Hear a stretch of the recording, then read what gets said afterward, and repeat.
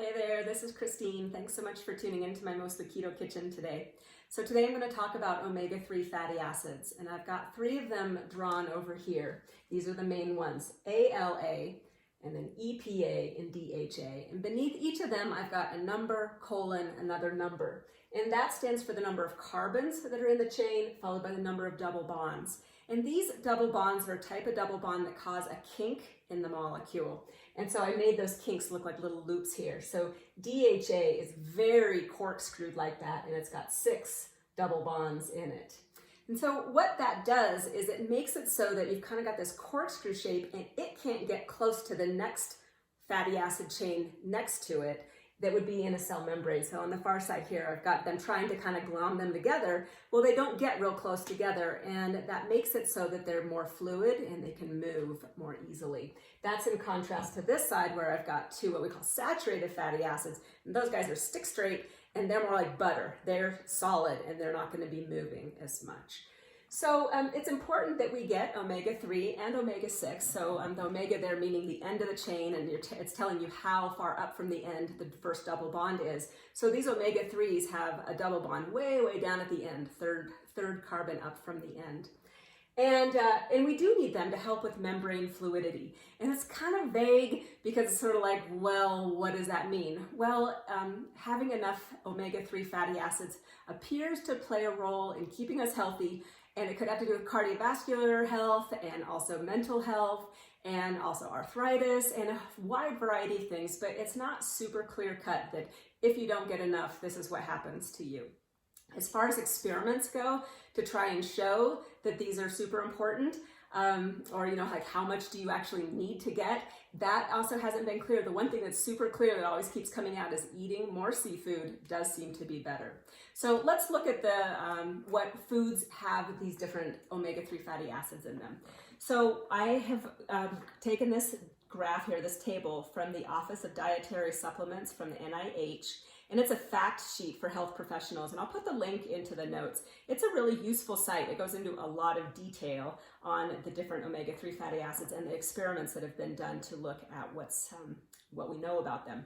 So here you'll see that in the red boxes, I've indicated all the ALA sources, and you'll notice that these are all plant-based sources. So a lot of it's oil or seeds, or seed oils, soybean oil. Those are the places where you can find ALA.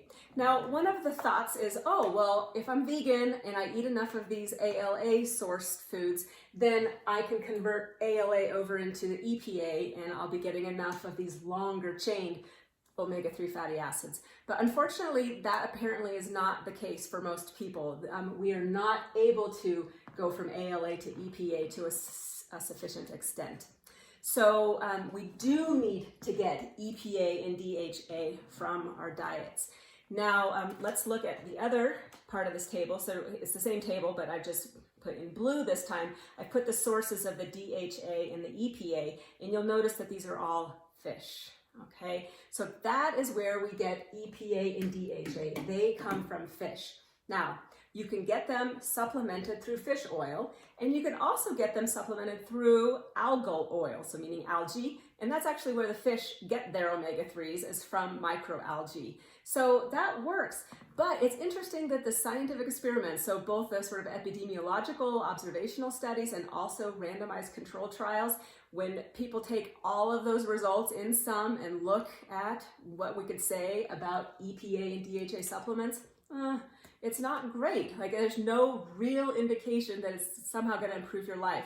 But then going back to fish, that is definitely going to improve people's health. So there's no question that having more fish, and especially, you don't want to have too much of the mercury-laden ones, but eating more sardines and mackerel and anchovies, those guys, there's definitely a correlation there, a stronger correlation between eating those fish and having better health.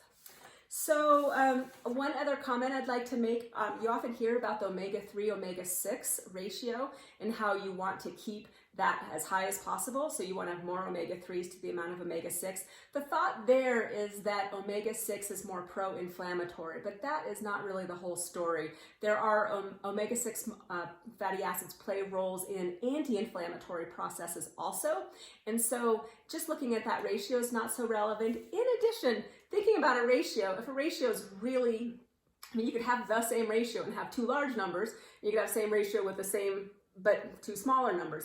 So it's not the ratio that matters, it's the amount of EPA and DHA. We need to get this type of membrane fluidity and motion in our cell membranes to be healthy, and you're only going to get that when you get enough of those things in your diet. So again, eating more fish, but then also it's probably pretty good to go with the fish or the alga oil, but the data is not out there to support that as strongly as just eating fish. And then one last thing to say, I thought it was interesting when we adopted our son. He's from China, and who knows what he ate before we adopted him. He was 1.5 years old, but the first time we had fish, we cooked it. My husband and I are not in the habit of eating the skin, like it's kind of slimy. And our kid, he just grabbed across the table and he grabs that slimy skin and he just ate like the whole big piece of slimy skin. So anyway, maybe he was trying to get the EPA and DHA that he needed for his brain. I think it's also interesting that we don't know what that turnover is. And so maybe he just got a whole bunch of EPA, DHA, he got what he needed for a long time because he's not eating salmon skin now. He became kind of a normal American picky eater. So, all right, well, thank you so much for tuning in. Take care.